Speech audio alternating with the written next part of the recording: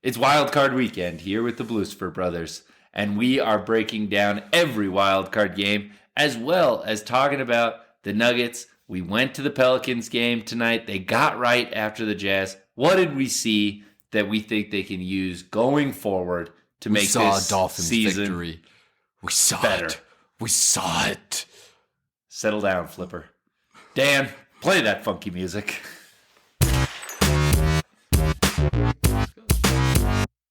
Welcome in on a Victory Friday here to the BlueSky brothers. We just attended live and in person a Nuggets ass beating of the New Orleans Pelicans, and it felt so nice, Ryan. How are you feeling on this good day? I feel as bloated as Zion. I went to Illegal Pete's. I had some nachos. I had a couple margaritas. Great choice. And then we picked up a light jog on the way to the stadium. For safety. And honestly, it was just because it was so goddamn cold.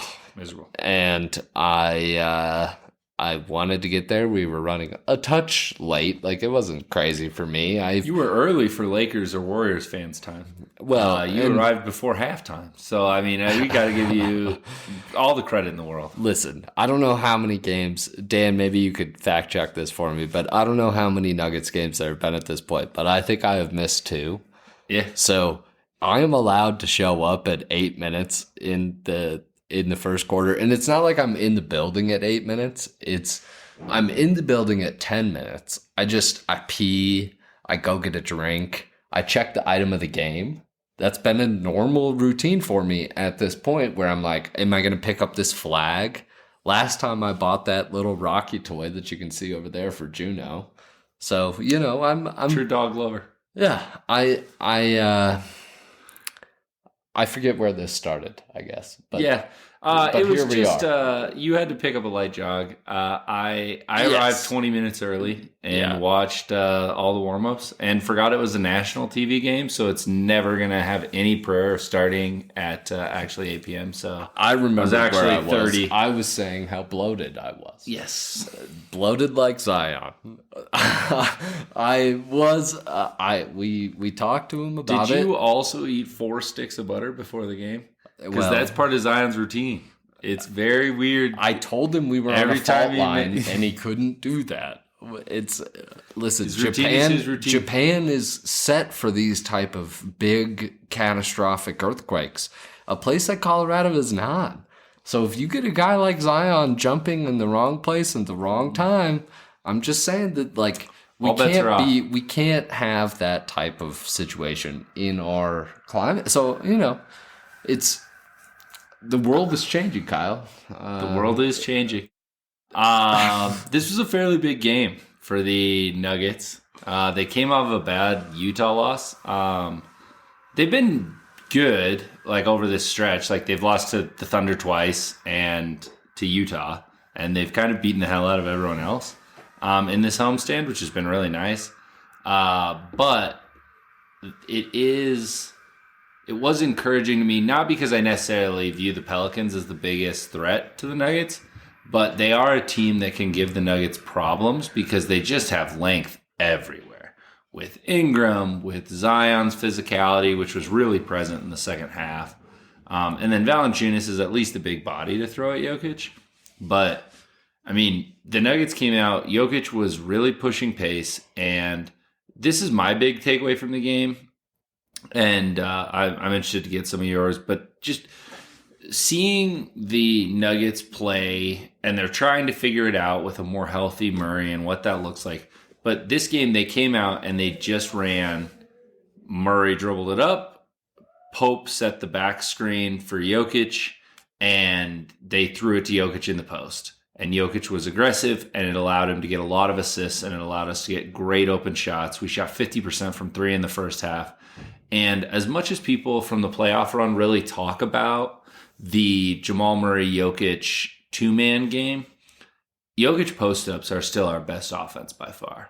And getting him the ball deep early in the shot clock puts every team in the league in a terrible position. No one has anyone who can one-on-one guard Jokic if he catches it on the block with 18 seconds on the shot clock.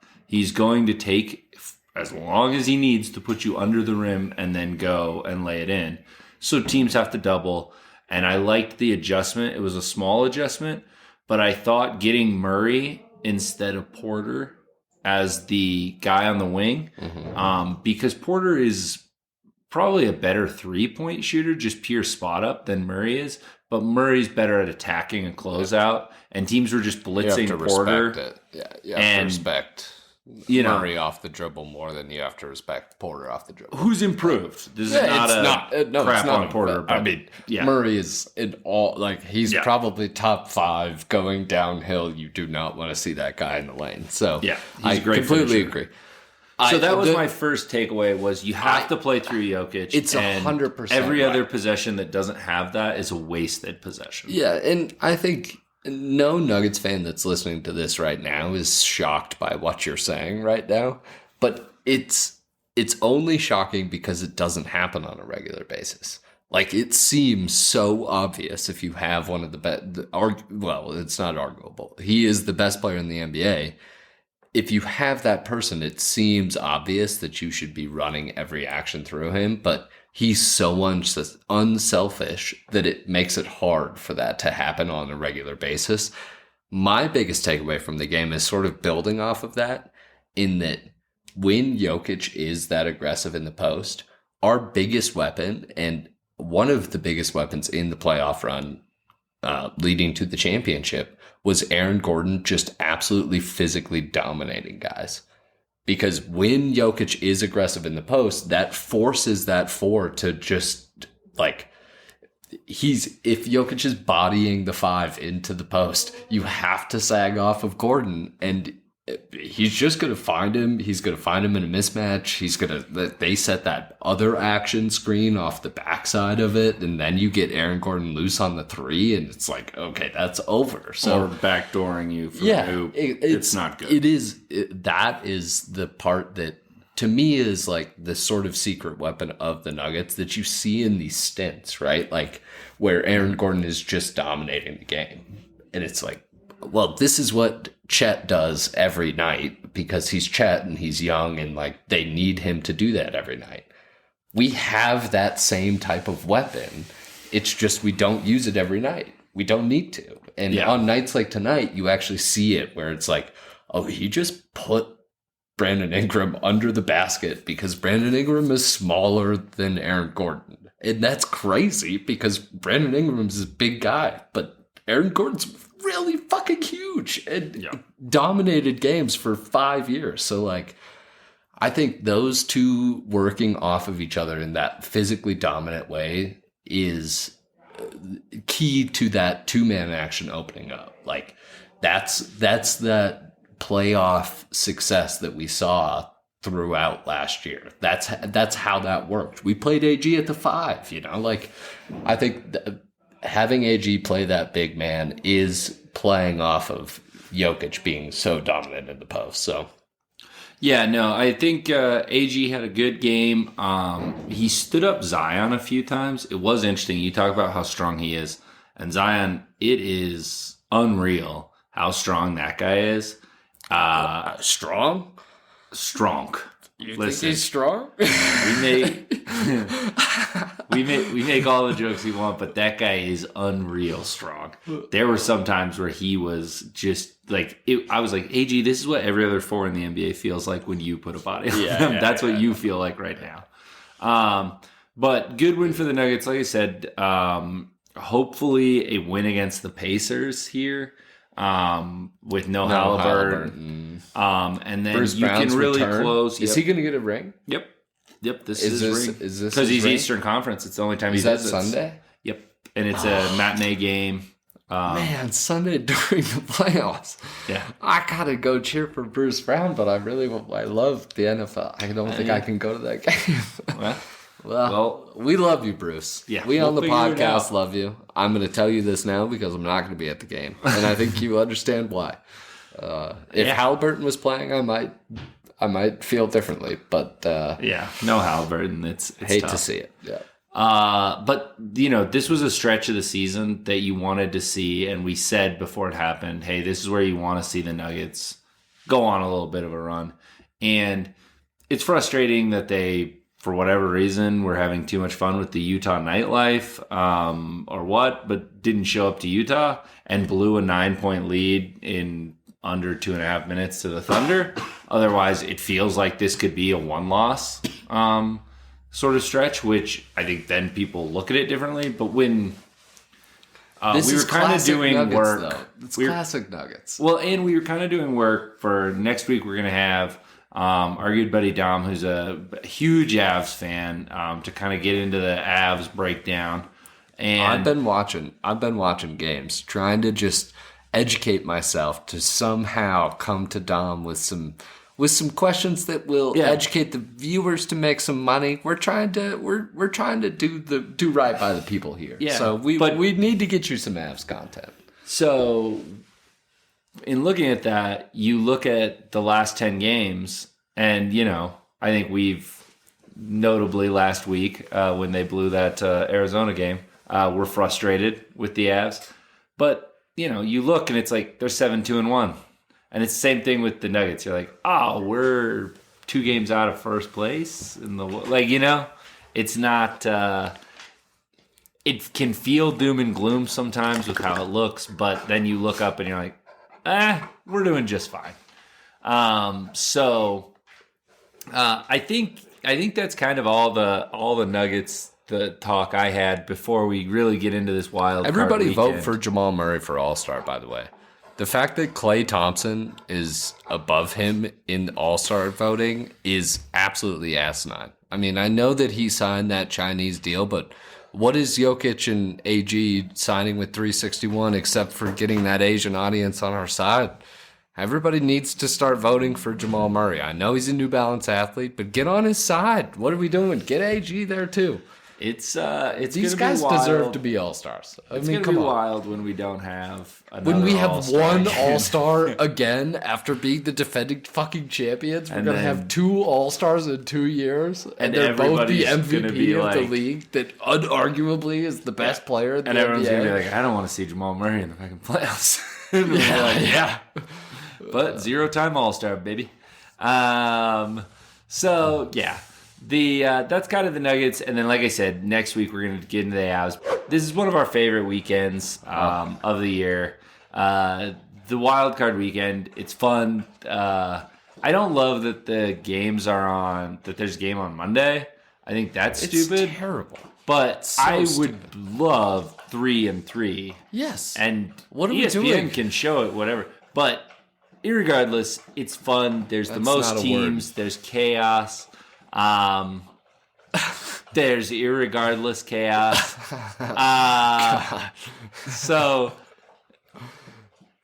we wanted to get into it, do a gambling preview, do kind of touch on all the games here. Obviously, our Ryan's beloved Dolphins are involved. Fins up, baby! Our Dan and I's beloved Broncos are not involved. But we did feel like Ryan and I we sat together last Sunday for Ryan's birthday and made a sizable amount of money betting on the NFL. And so we just felt like, hey, here's our thoughts. Take them or leave them. There's, we might agree, disagree. We haven't had an in-depth conversation on this. Normally, we send about 1 million texts to each other about gambling at this point. We've tried to keep it fresh for the listeners and for the pod. So you'll be kind of hearing our process as we go through it and to land on what we want to land on. I do think the people need to know that this is the time of year that the Poland brothers really coalesce together and become a extremely profitable beast. Like the last time the Broncos won a Super Bowl, that was an unbelievable run where two poor kids turned like $20 into $500 by the end of the playoffs. And we needed that money. And here we are. Yeah. So, all right, let's get into it without any further ado. I'm just going to go in the order that the games are going to be played. So Saturday, 2:30, we have Cleveland at Houston. This is a really weird game for me. Cleveland is favored now by 1.5. This opened at 3, and it just keeps free falling down. The over-under is 44.5. what do you like here? What are kind of some of your initial thoughts? If you don't have a side that you love, maybe what are kind of your thought processes when you look at these teams? Everyone in the AFC is brutally flawed. And if you told me that they lost a game by 15, Buffalo would probably be the only team that would be pretty shocking with the weather. About the Texans and the Browns, but let's focus. These are all deeply flawed. Let's focus on these two teams. So I think the first thing here has to be pointed out that C.J. Stroud, just rookie quarterback. Like, normally in the playoffs, that does not go well, especially against a pretty good defense. Like, the number one defense in the hasn't NFL. been good on the road, which you touched on. Hasn't been good on the road, but a rookie quarterback against a good defense normally is not a good. However, CJ Stroud has not been your rookie. He hasn't been making those typical mistakes. He has looked fucking unbelievable. So here's what I'm thinking. I don't think that this is a game where a lot of the money that we made on when we were gambling together was on receiver props, like to catch a ball this drive. Nico Collins, I think, is going to have a lot of catches in this ball game because he's been open. He's been extremely good. And I think that is a weakness of this team that I think they can exploit. I think if I had to lean right now, I would just take the points with the Texans because I think they can win this game outright. So, yeah, I don't hate taking the Texans. I mean, obviously, there's a reason this line is falling, and it's not the public, by the way.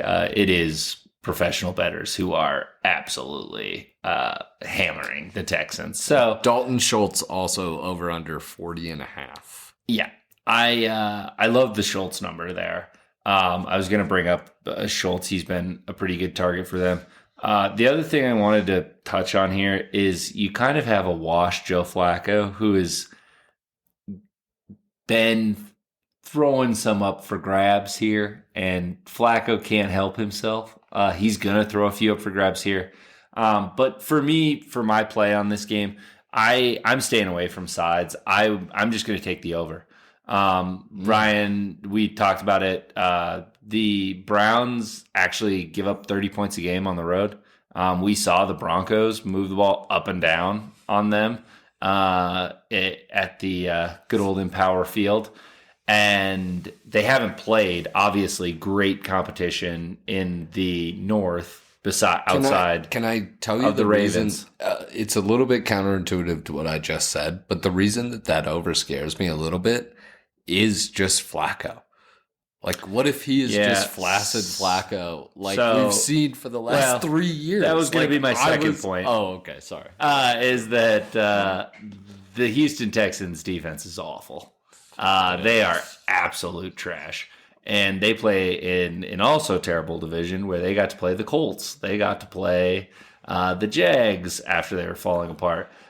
They give up points. And this is on turf. And Flacco's going to get them on a play action.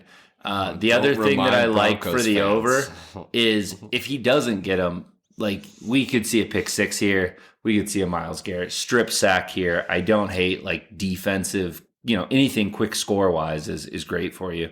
And you can beat the Browns deep as well. I think that this is a really just a high scoring matchup. I think it has the potential to be one of the most fun games of the Wildcard Weekend, where I think both teams could just go up and down on each other, and we could have the true thing of that old cartoon where it's the father time fighting the baby on New Year's. I think that could literally be Joe Flacco and CJ Stroud in this game as they just decimate these defenses. Also important to note, Denzel Ward banged himself up in practice this week for the Browns, and so that hurts them a lot to have their best corner banged up. But then again, one would think that losing both your starting tackles, your all-star running back, and your starting quarterback that you're paying billions of dollars to, would also hurt your season, and it hasn't so far. So I honestly think the good the Wii was pretty good there. I honestly think the good karma of signing Joe Flacco might have made up for the terrible karma of just signing Kareem Hunt. I don't even mean Deshaun Watson. Yeah. So any hoozle. Yeah, my favorite little same game parlay that I cooked up, basically building off of it, the sort of game script that this is how my brain works, right? Like you build out a little game script in your head, and then you find some props that align with the game script that you have in your head. So I cooked this little thing up. You can't same game parlay sacks on DraftKings, which I would have done. So it's 0.75 over Myles Garrett sacks is 0.75, which I would have done. But instead I've just done over 1.5 tackles, which I think is definitely going to happen. Like he's going to tackle a running back and then he's going to get a sack. So There we go. They're going to try to screen on his side. Yeah. And then we have over a half Joe Flacco interceptions. So he's just going to throw a pick at some point in the game. Yep. That's plus 134. So sounds right. To me, those are just like, okay. If we think that the Browns are going to be behind in this game, if you think that there are going to be a lot of points, Joe Flacco's throwing a pick. If you think that there are going to be a lot of points in this game, CJ Stroud's dropping back to pass and Myles Garrett is sacking his ass at some point. At least one time, probably twice. And if he doesn't sack him twice, he's going to get a tackle on the running back. So to me, this is the way that you make money on these type of things. You just build some sort of even money, like find the sort of game script that you like. So free money out there for the people. I think that's a Kyle endorsed parlay. I like that a lot. I like that. How much should we put on it? Is that the early game tomorrow? 12 million. Yes. Well, there's no true early game tomorrow. Well, we're putting our Nuggets winnings on that. So we then have at 6:10 p.m. The Miami Dolphins limping their way into Kansas City. This weather is going to be miserable. If you have not been living under a rock and like the NFL at all, you know that it's supposed to be wind chill like negative 25. The winds are going to be 20 miles an hour. It's going to be bad. The Chiefs are favored by 4.5. This opened at 3.5. It's been climbing a little bit here. The over-under is 46.5. This feels to me, Ryan, like an under. But what say you? I mean, the wind and outdoor teams here, it feels like the only way Miami can win this game is by running the ball down the Chiefs' throats, which the Chiefs are pretty bad at defending, but have a good secondary. And if you think Stonehands was bad in the fall, wait till you see him when it's cold outside. So that's another one of my favorite bets is under receptions for Kadarius Toney, if you don't know who Stonehands is. But that man couldn't catch chlamydia in a whorehouse. Oh, So God. I'm just telling you, he is awful. They can target him 10 times and he'll catch 0.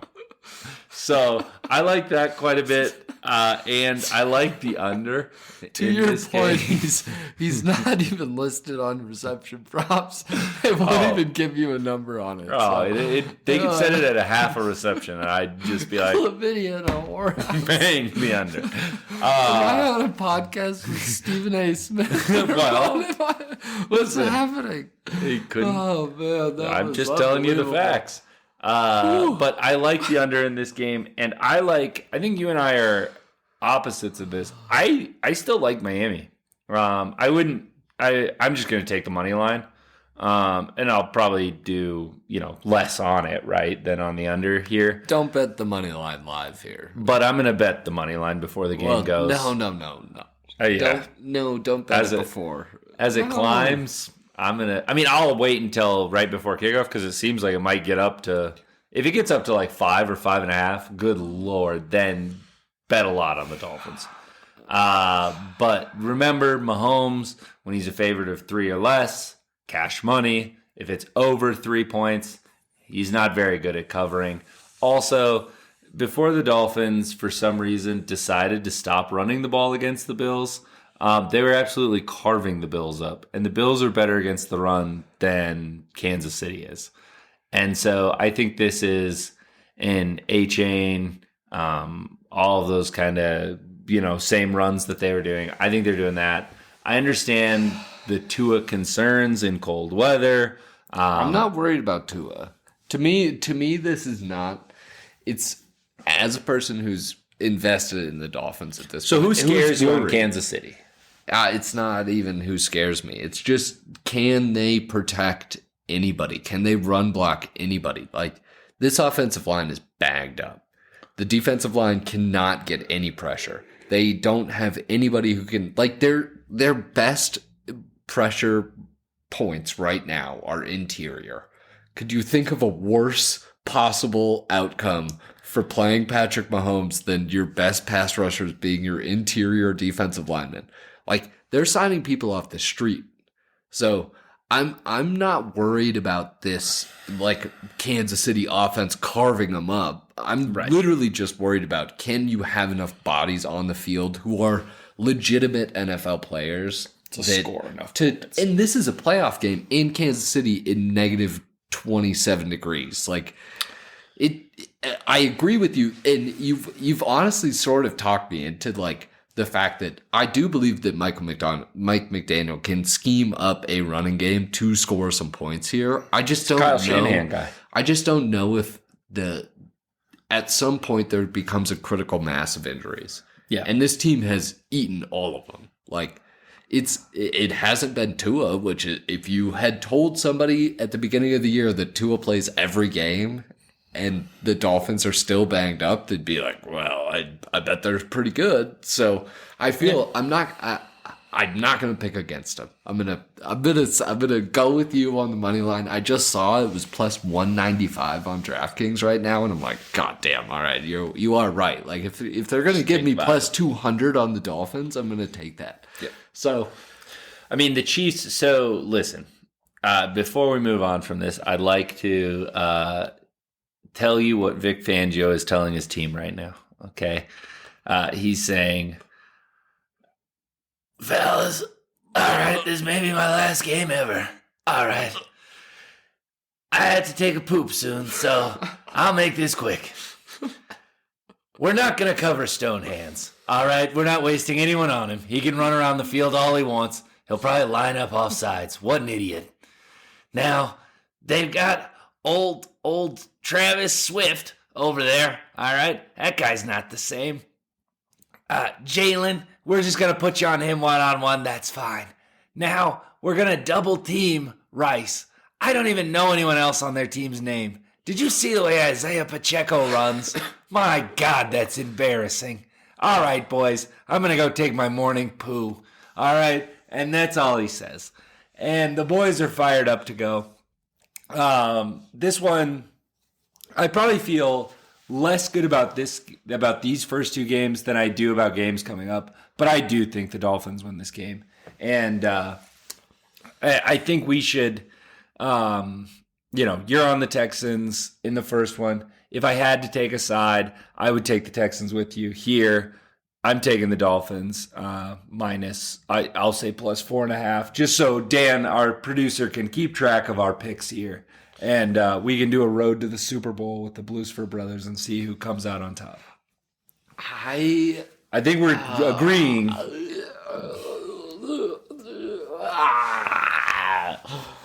It's your classic, I want to sort of reverse jinx the Dolphins and just pick against them so that I'm happy either way. I could beat you in the contest, or I get to just put my fin up and but I'm gonna go with the Dolphins. I'm gonna go with the Fins. And honestly, if you're gonna take them on the money line, like, find an alternate spread. Take them -3.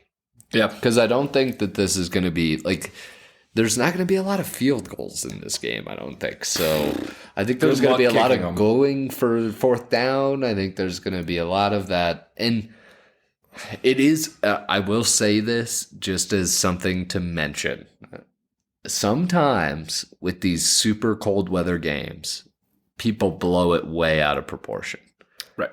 And if it's not actually windy and if it's just cold, you could see some points in this game. So it's that like I don't think we can rule that out. So yeah, keep an eye on it. Right now, like I said, it's over 20 miles an hour, which I think is a pretty big under I'm indicator. thinking of it mostly in terms of like an anytime touchdown sort of thing. Because like if we're looking at Isaiah Pacheco and he's plus money to score a touchdown, like I'm probably going to take that just because the under is so low that they're the. You think he's emotionally recovered from that video of him running? I think he's probably. I thought that would break video my was spirit hilarious. if there were millions of Americans. I thought that video was funny. You're looking like an animaniac. He knew he was running up and down. He was about to bust that, but he did that on purpose. Yeah, it was awesome. It was unreal bad. All right, now we get into our Sunday games. By the way, that Miami KC game is on Peacock. So do figure out what app that is and how to download it before the game. If you're watching the Premier League, if you're come on, be gambling on the Premier League. It's so fun. Champions League. It's great. I already have Peacock, so you don't have to. No, you don't have to I'm yell not mad at me. at you. All right? I'm just saying for the people. So turn that Ted Lasso into a lifestyle. Now we start off Sunday with probably the ugliest game. Not even probably. With the weather and the teams combined, this game is awful to watch. This is definitely one, if you are like producer Dan and myself, and you have a wife and children, this is one where you volunteer to be very present during this game because it is going to be hideous out there. It's the best gambling opportunity, though. So there's over 40-mile-an-hour winds in this one. Punt. Both of these teams are not terribly exciting to watch. Like, it would have been one thing if the Bills would have come out and just smacked around a depleted Dolphins team to come into the playoffs. I think then, like, people could have really, gotten pumped about it. But seeing Josh Allen throw those picks in the first half and just look as bad as he has at times, it's hard to get super excited about the Bills. And the Steelers absolutely suck. And TJ Watt's out now. So this line jumped. It's come back down since a little bit. It was at 10. It's now 9.5. The over-under in this is 33. Or I'm sorry, 33. And I'm not sure they can make it low enough, to be honest with you. I would, in this game, I would probably take Pittsburgh plus 9.5 in terms of I don't think there's going to be 10 points scored in this game. So the under looks great to me. And Josh Allen, anytime touchdown. 33.5. Okay. So let's just really take a minute here and think with our gambling and math brains. If an over-under is 33.5 and anytime touchdown, the best odds are positive, how the fuck are we getting to 33.5 points? Oh, we're not.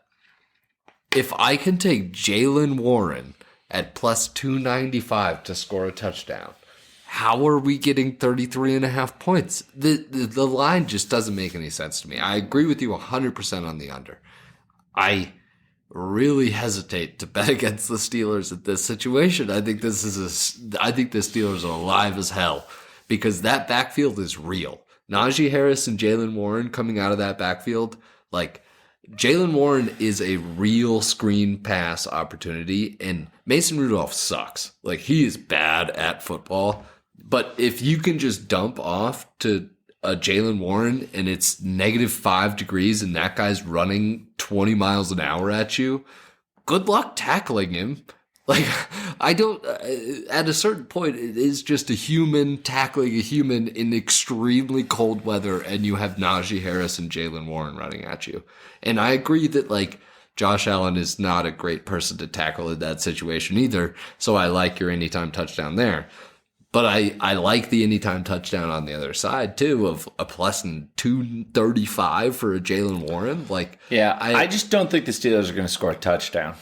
Is my takeaway from this game. Well, that's why I wouldn't make the Steelers a bang it bet. Are we doing just against the spread for this competition? Against the spread for the competition. Okay, I'm taking Steelers because the under is the absolute play here. Yep. The under is a smash spot. Yep. Okay, so you're taking the Steelers. Yeah, the other prop that I wanted to throw out there is that since the new offensive coordinator Brady has taken over for the Bills, obviously they're running a ton more, and so their time of possession is a ton more.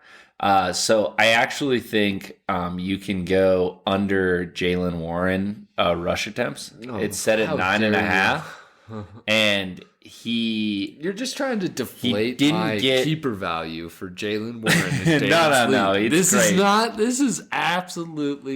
This is heinous. Like, I'm just telling you, they're not going to have the ball This is the sort enough. of conniving behavior that I have to deal with on a routine basis from my brother. It's January 12th, and he's already trying to deflate the value of my own keeper pick in a fantasy league that doesn't draft for another 9 months.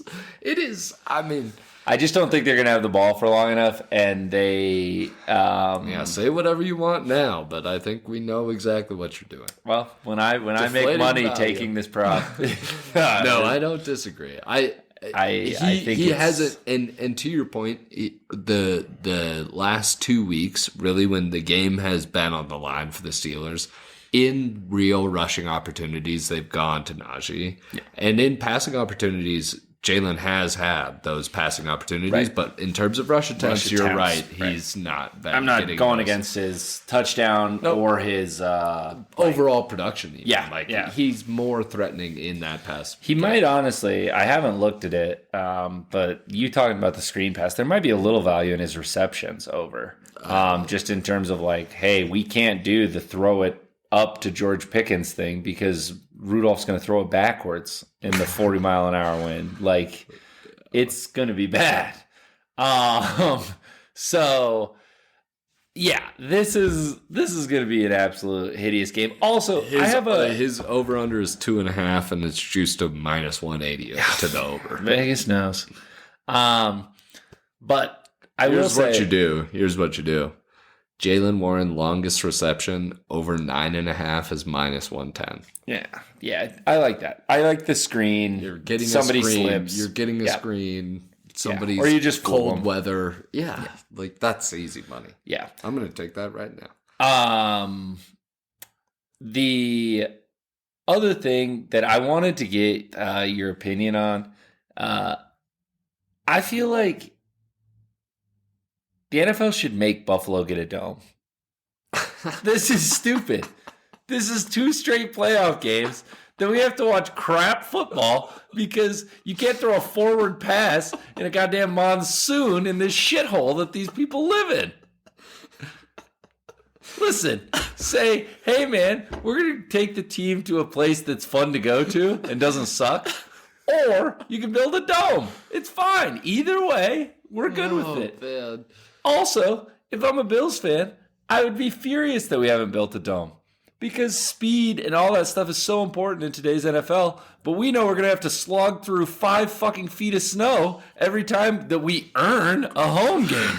Jesus Christ. And we actually play 1 home game a year away from home because the stadium is unplayable. Yes. No, it's one of your more curmudgeon-y takes. I feel like this is... At some point, it's a product thing. It's like, this is going to suck every year. You're 2 steps away from everybody having a dome. And we're just playing arena football. It's not arena football because it's a different field. It's a different... I know, but I'm just saying, like, do you want the Broncos to have a dome? It's sometimes cold here. It sometimes snows.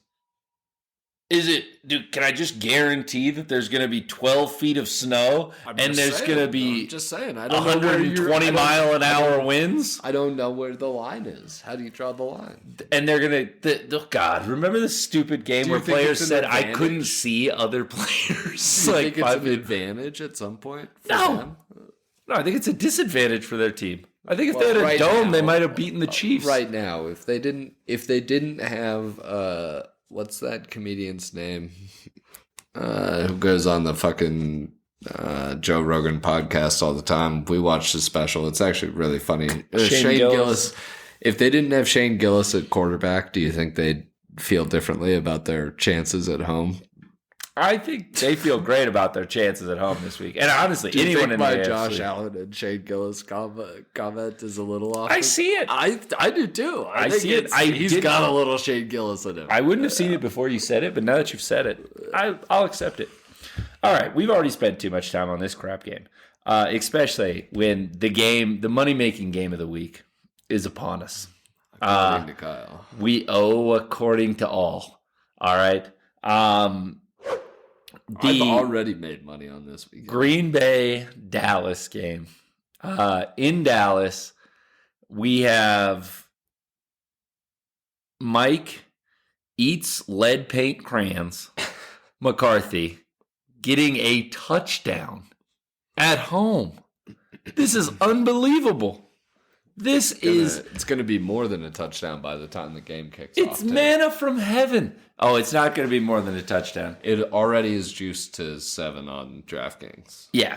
Oh, it's going to be. It was at 7.5. Well, it was at 7.5. It's come down because every pro in the world is taking that hook because the Packers have actually been good down the stretch. Jordan Love's been a top 3 quarterback down the last 8 weeks of the season against man, which the Cowboys play a ton of. He's 13 points better in his QBR. The Packers are going to be able to score with them, and Mike McCarthy is going to Mike McCarthy at some point. So I think this is a one-possession game. I think this is another fun gunslinging. Like, the Cowboys are going to score, don't get me wrong. But, yeah, I think it's a fun gunslinging up-and-down game, and I think McCarthy messes this one up. I will take the Packers +7, but the thing that I really love to do here is I'm just going to take the money line. I like the money line here. I think the Cowboys are a touch overrated with their schedule that they played. They notoriously had an unbelievably easy schedule, especially at home, where they were quote unquote undefeated after Brad Allen gifted them a win against the Lions there. But I just think the NFC East, when you really look at how the Eagles played down the stretch, the NFC East might be in the running for worst division in football. Like, it was really bad with the Commanders and the way Philly played down the stretch. And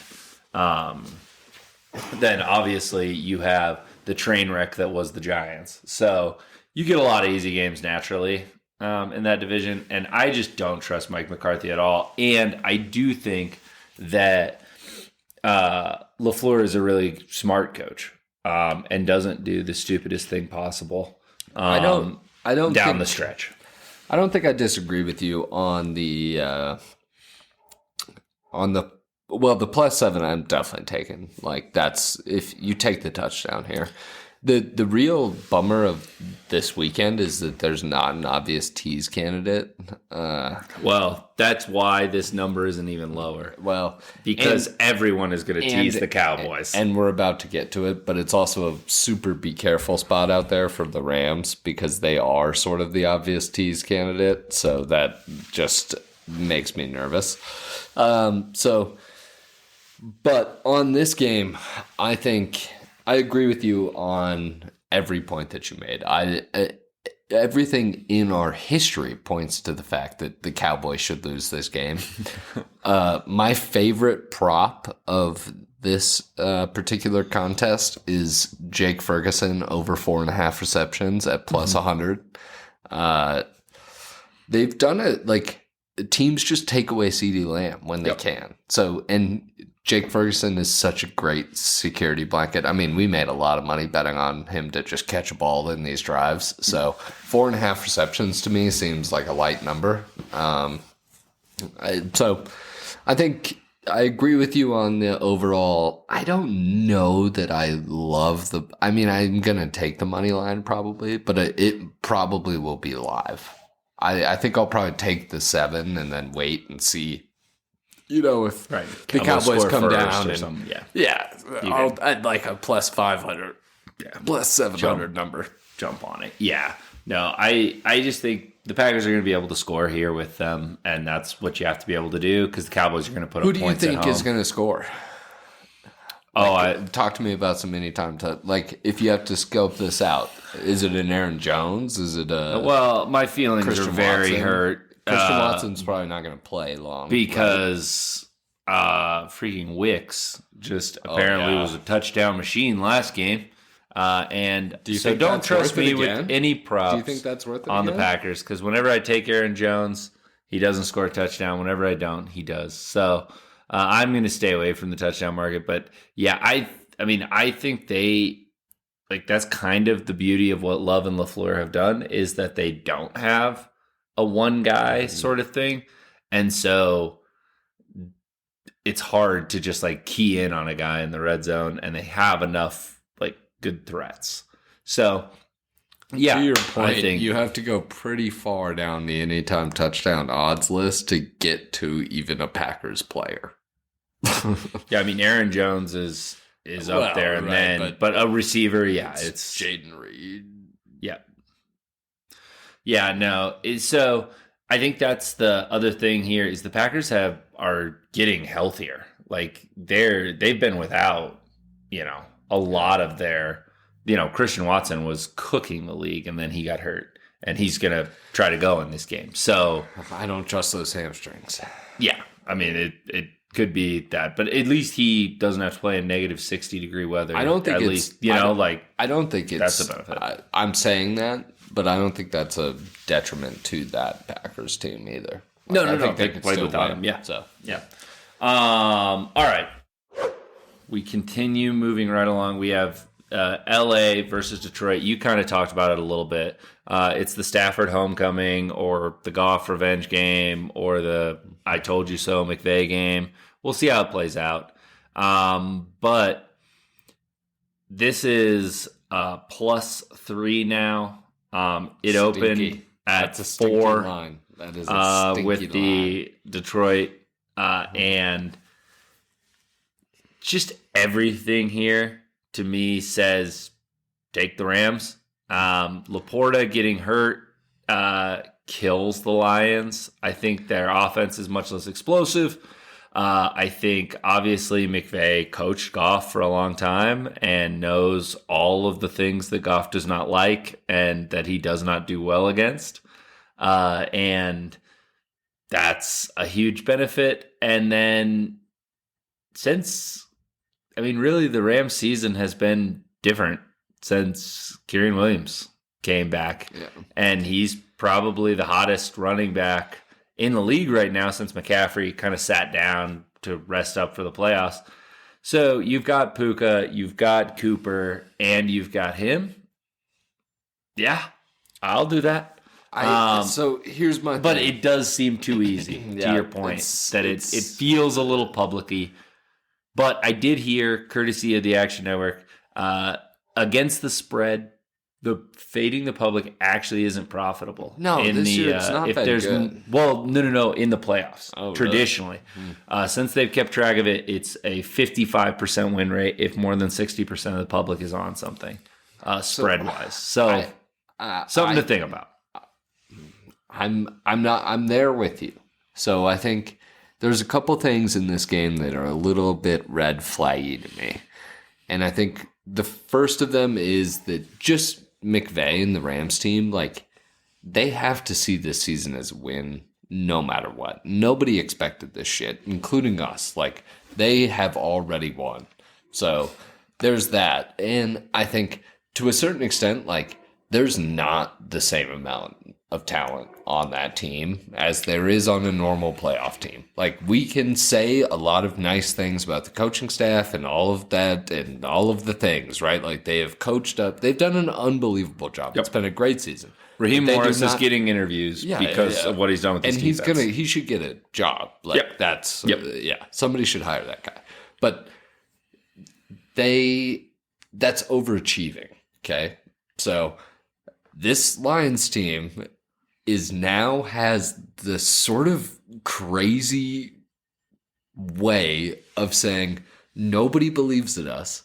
We haven't made the playoffs in 40 fucking years. Nobody thinks we're going to win this game at home against a team that sucks. The guy said he was going to bite people's kneecaps in a press conference, and you're picking against him at home in a wild card game? Like, I get it. I do get it, because I think McVay is like a better X's and O's coach.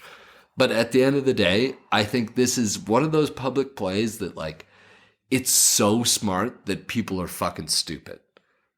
Like, you're thinking about it so much. You're thinking about the analytics and this and that and this. And at some point, it's just like, Amon-Ra St. Brown is really good at football, and he's just going to be better.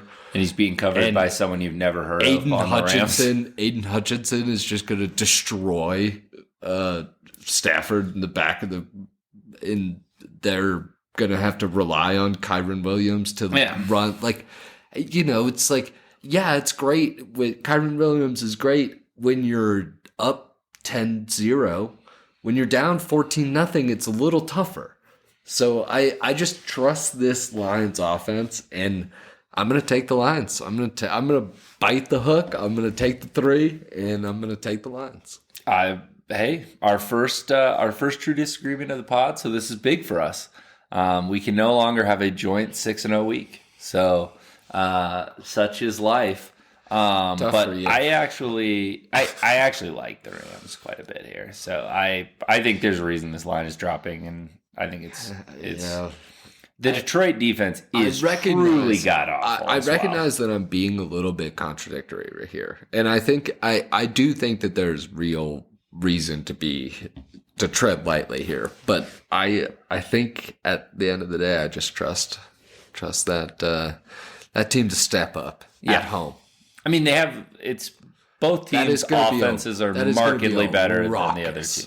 Raucous crowd. Yeah. That's going to be a unbelievable environment. I hope it's a close game, because it'll be fun no matter what. Yeah. So. It'll be a good palate cleanser after Buffalo and them. And then the Monday night game, which looked a lot better on paper a few weeks ago. ESPN, I don't know what they did to the NFL to deserve this, but they have Philly at Tampa.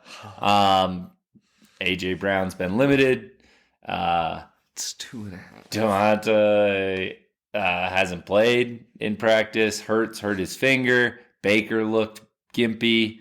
Coming off the field every time versus the Panthers. He looked pretty injured. They say he's fine in practice, but based off what we were watching last Sunday, who could tell? They are going to need a Tyrod Taylor size needle to get him out there and looking 100%. So it's going to be a tough one.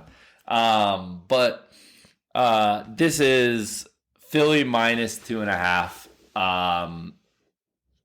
This Philly team, their defense looks broken. Speaking of people who eat too much lead paint, they have Matt Patricia as their defensive play caller.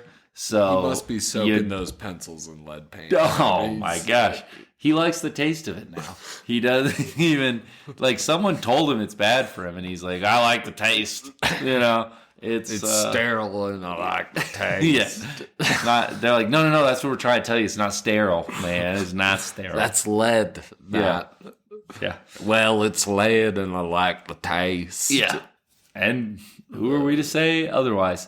So everything here points to, There is that metal part of the eraser that does kind of taste good, but tastes like chemicals a little bit. So I can get his point a little bit. If lead paint tasted like that, I would get why Matt liked it so much. It's a wild take here on the Blues for Brothers, but you never chewed on that little piece of everyone metal chewed on the end of their eraser, metal. but I never thought to myself, my Lord, the taste here is delightful.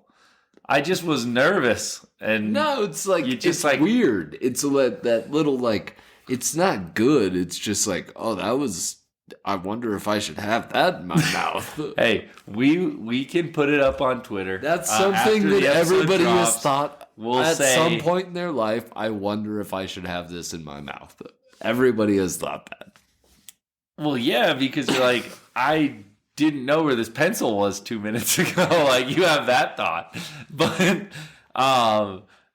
we can put the poll up there. Maybe I'm an odd one here that didn't think about the taste of the metal eraser, and maybe it's a more common thing because everyone chewed on the end of their eraser, the pencil there, but not. I don't think the taste thing. I think you might be on more of an island than you think. Oh, no. But we'll see. The good people of that follow the podcast. We'll let us know their opinion, and we don't shame any opinions here.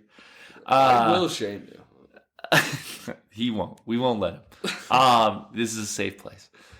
So everything is against the Eagles. They just got smoked by the aforementioned Tyrod Taylor and Danny DeVito, and in a game that they, in theory, needed to win. Like, probably the Cowboys weren't going to lose, but the Cowboys were losing for a while. No, they played their starters. They were trying to win the game. Yeah. They just got their asses kicked. Yeah. I mean, it was 14-0 before you could say go.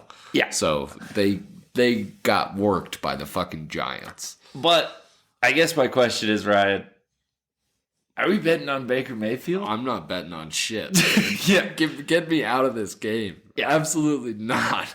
If I had to pick, which I do for the podcast, I would say Mayfield.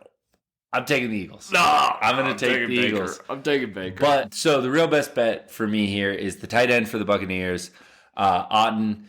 Isn't it Otten? It is. He over 21.5 receiving yards. The Eagles are absolutely awful at defending tight ends. They're the third worst team in the whole NFL at doing it. They get torched by them constantly. So I think that's a good play here. And I do think that the reason I'm going to take the Eagles is I'm going to trust their defensive line to make Baker uncomfortable. Who? And I think that when Baker's uncomfortable, he'll start getting rid of the ball quicker, start going to tight ends. And I'm just going to take the pedigree here. Remember last year, the Cowboys had just gotten smoked headed into the playoffs, and then they absolutely ran roughshod over Brady and the Bucs. So you don't want to overreact to a game where like probably the players knew they weren't going to get it, and that I also think that Philly's strength lies in the secondary with Winfield and with those guys, and they have speed at linebacker. Listen, where I think the Eagles are just going to power run you're down their throat. You're talking about a lot of very valuable football stats. And the bottom line is that the Eagles have just looked like trash. Yeah. I agree with all of the things that you're saying. Like, they are a much better football team than the Buccaneers. But I just can't trust them. And they've looked so bad. And I think the juju's off. Like, honestly, most Super Bowl losers miss the playoffs. They don't even perform as well as the Eagles did. So I think the Eagles looked really good in the beginning of the year, and they have looked like a Super Bowl hangover team in the second half of the year, and I'm just going to trust them, and I'm going to trust what they've told me, and I'm going to take the Buccaneers. I don't love it. Love it. My favorite bet of this game, I've been throwing props out willy-nilly, is Mike Evans to have 100-plus receiving yards and Mike Evans to have a touchdown, and that is plus 440. Mike Evans has been playing unreal in the red zone. He's in a contract year. Yeah. And this guy's about to ball out. And he has said he's not coming back. No, he literally said goodbye at the beginning of the year. He said, this will be my last year, but Tampa Bay, enjoy it. And I think he's about to ball out. So, and if I was a Tampa Bay fan, I'd say I have enjoyed it. Yeah. Thank you. Yeah, he's Thank been you for great this season. Absolutely. Yeah. Unlike I just Melo. can't get there with.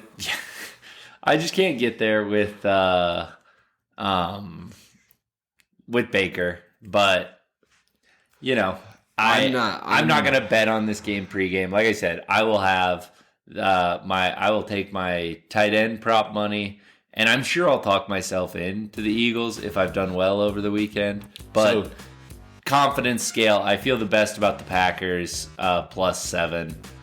Then I would say I feel really good about I like the Rams. And if you said, hey, who's 2 teams I should throw in a 6-point tease, I would just say you could do the Packers and the Rams, and you're gonna be just fine. I love all those picks. I think most of them. Yeah, we agreed on most picks here. Those last 2. My best, I think, are the Joe Flacco over a half of an interception. I really like that one. And Myles Garrett over 1.5 tackles. That's a plus 134 same game parlay. I also love the Jalen Warren over 9.5 longest reception. That is minus 110 non-DraftKings. So a couple of little player prop markets to play, and I think we did ourselves a wonderful little wildcard weekend. We made you a bunch of money. Fins up, baby. We'll be Fins back up, next Kyle. week. Fins up. I will not be cheering for the Fins. Well, yes, I will be. Come on, baby, let's go. I'm gambling on the money line. Damn it. Let's go. Fins up. Put your fins up. Put them up. Next week, we will be joined by Dom. He will be breaking down abs. We'll get down to the Nuggets, and then we'll be talking divisional round. And for me and my partner, Free Willy, you've been listening to the Blues for Brothers. Fins up. Blues for Brothers is a Crab Shell Media podcast.